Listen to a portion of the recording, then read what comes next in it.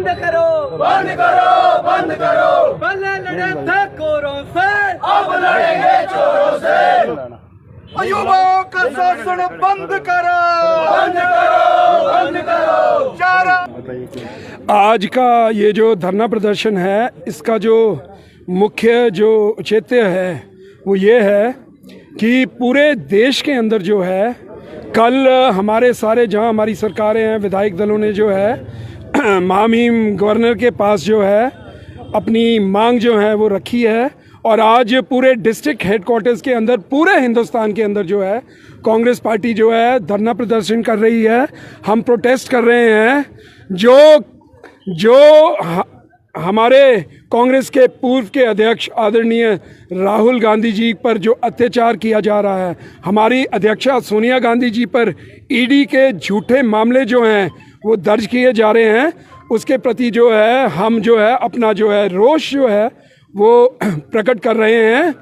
और मैं आप लोगों को बोलना चाहता हूं कि ये जो ईडी का केस था, ये 2015 में जब भाजपा की सरकार थी 2015 में, तो ये केस जो है ये बंद कर दिया गया था और इनको क्लीन चिट दे दी गई थी।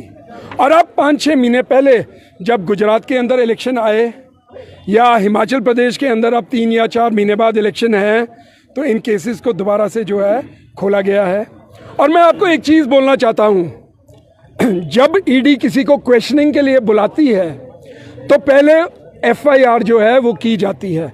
राहुल गांधी जी और सोनिया गांधी जी पर कोई एफआईआर नहीं हुई है।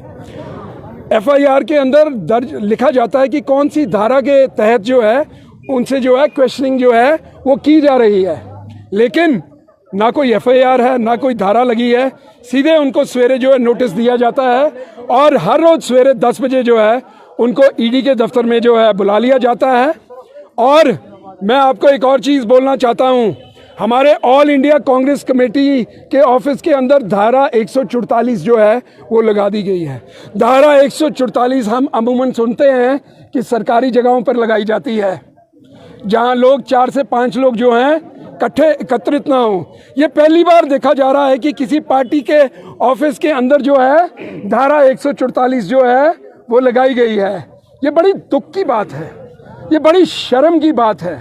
ये हमारे जो है हक, हमारे हकूकों को जो है दबाया जा रहा है जबरन, और एक बहुत ही बुरा जो है इन्होंने सलूक जो है ये कर रहे हैं, और ये देश के लिए जो है, लोकतंत्र के लिए जो है ये अच्छी बात नहीं है, मेरा ऐसा मानना है। और मैं आपको एक और चीज़ बोल देना चाहता हूँ कि ये जो केस है ये एक फ्रेम्ड केस है और बहुत सालों से चल रहा है, और केस शट भी हो गया था, सब कुछ हो गया था। तो बार बार इस चीज़ को हाईलाइट करना, ये बेसिकली काम इसलिए किया जा रहा है क्योंकि मोदी सरकार हर फ्रंट पर जो है नाकामयाब रही है। चाहे आप बेरोजगारी का मुद्दा देखो, चाहे आप महंगाई का मुद्दा देखो, हर फ्रंट पर जो है मोदी सरकार फेल है। हाल ही में जो अग्निपथ आपने सुना होगा, जो नया कानून जो है लागू किया गया है, और जो हमारे मिलिट्री के जो हमारे बच्चे होते थे जो मिलिट्री में भर्तियां करते थे, उनकी उम्र, उनको 15 साल की जो नौकरी होती थी मिनिमम, अब वो 15 साल से 4 साल कर दी गई है। और जो आयु थी वो 25 साल थी, वो 25 साल से जो है 21 साल कर दी गई है। और सबसे बड़ा दुर्भाग्यपूर्ण बात यह है कि कुछ बच्चों ने पेपर दिए थे, वो पेपरों का रिजल्ट आज तक आउट नहीं हुआ, और वो बच्चे जो हैं, क्योंकि अब 21 साल उम्र हो गई है, तो बच्चे जो हैं वो ओवर एज होने लगे हैं, जिसके प्रति आपने देखा होगा धर्मशाला में भी मोदी जी जब आए, आपने देखा होगा मीडिया के द्वारा कि कितना जो है रोष जो है यूथ ने प्रकट किया है। तो मैं ये बोलना चाहता हूँ, महंगाई का आलम देखो कहाँ पहुँच गया है। महंगाई का तो आप देखो कि बुरा हाल है। साथ ही में मैं बोलना चाहूँगा कि हमारे मुख्यमंत्री जयराम ठाकुर जी जो हैं 3 बार चंबा आ गए हैं, 3 बार चंबा आ गए हैं, और हर बार पहले उन्होंने एक बार शिमला से MRI मशीन सिटी स्कैन का उद्घाटन किया शिमला बैठ के, फिर चंबा आए, दोबारा उस मशीन का उद्घाटन किया। मुझे बड़े दुख के साथ बोलना पड़ता है कि 3 बार चंबा का दौरा करके अगर 3 डॉक्टर भी गायनोकोलॉजिस्ट चंबा ले आते तो मैं कुछ बोलता, काम किया। बड़ी शर्म की बात है। सिर्फ उद्घाटन करना और उद्घाटन और नींव पट्टिका उन चीज़ों की रखनी जिन चीज़ों का बजट ही एलोकेटेड नहीं है। अब मात्र 3 महीने जो हैं कोड ऑफ कंडक्ट को तकरीबन रह गए हैं। तो मुझे पता है आजकल एक नई चीज़ शुरू हुई है, IPH के अंदर जो है, पंचायतों के अंदर जो है फिटर भर्ती किए जा रहे हैं। ना फिटर का कोई इंटरव्यू सुनो, ना कोई उसका कोई एडवर्टिजमेंट, सीधे पैसे जो हैं MLA हेड से दिए जा रहे हैं। और आउटसोर्स के जो कर्मी हैं वो 3-3, 3500 रुपये, 4-4 हज़ार रुपये लेके युवाओं को जो है वो ठग रहे हैं और उनके भविष्य के साथ खिलवाड़ कर रहे हैं। ना कोई नीति है, ना कोई पक्की नौकरी है, और उनको बोला जा रहा है अगर सरकार रिपीट होगी तो हम जो है आउटसोर्स को जो है उसको पॉलिसी में लाएंगे। अरे आज आपकी सरकार है, आपकी सरकार है, आपके पास बहुमत है। हम बोलते हैं बनाओ पॉलिसी आउटसोर्स के लिए, हमने कब मना किया? हम तो इसकी मांग उठाते हैं। हर फ्रंट पर जो है ये सरकार जो है पूरे तरीके से जो है फेल है। बाकी अभी हाल ही में इनके सेंटर के मिनिस्टर आए थे और बनीखेत में भी वो हॉस्पिटल गए। उनका चंबा भी अस्पताल में जाने का उनका, मेरे को सूत्रों से पता लगा कि उन्होंने अस्पताल में जाके कुछ फ्रूट वगैरह बांटने थे।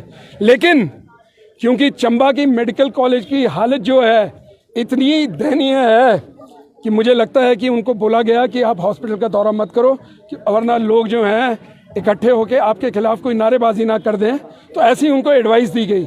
उसके बाद वो इरावती में प्रेस कॉन्फ्रेंस के साथ बैठे, उनके साथ भाजपा के 2 विधायक थे और उन्होंने मोदी जी की नीतियों के बारे में बड़ा गुणगान किया कि इतने टॉयलेट्स जो हैं मुफ्त में दिए गए, इतने आवास जो हैं मुफ्त में दिए गए, और गैस के सिलेंडर, चूल्हा 1-1.5 घंटे तक पत्रकार बंधु जो है सुनते रहे। बहुत ध्यानपूर्वक आप लोग सुनते रहे। लेकिन फिर आप में से ही किसी पत्रकार ने एक सवाल उठा दिया कि चंबा के मेडिकल कॉलेज के बारे में उन्होंने जवाब नहीं दिया। फिर दोबारा जब पूछा तो वो थोड़े से क्रोधित हो गए।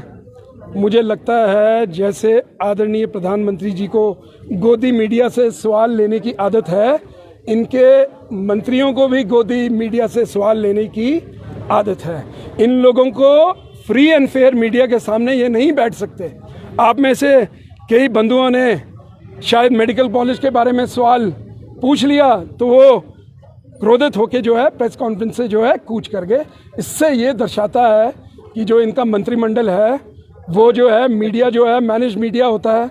जो सवाल वो सुनना चाहते हैं वही सवाल पूछे जाते हैं। वरना अगर मैं सोचता हूँ अगर मंत्री जी को ऐसे कठिन प्रश्नों का उत्तर देने की आदत होती तो शायद वो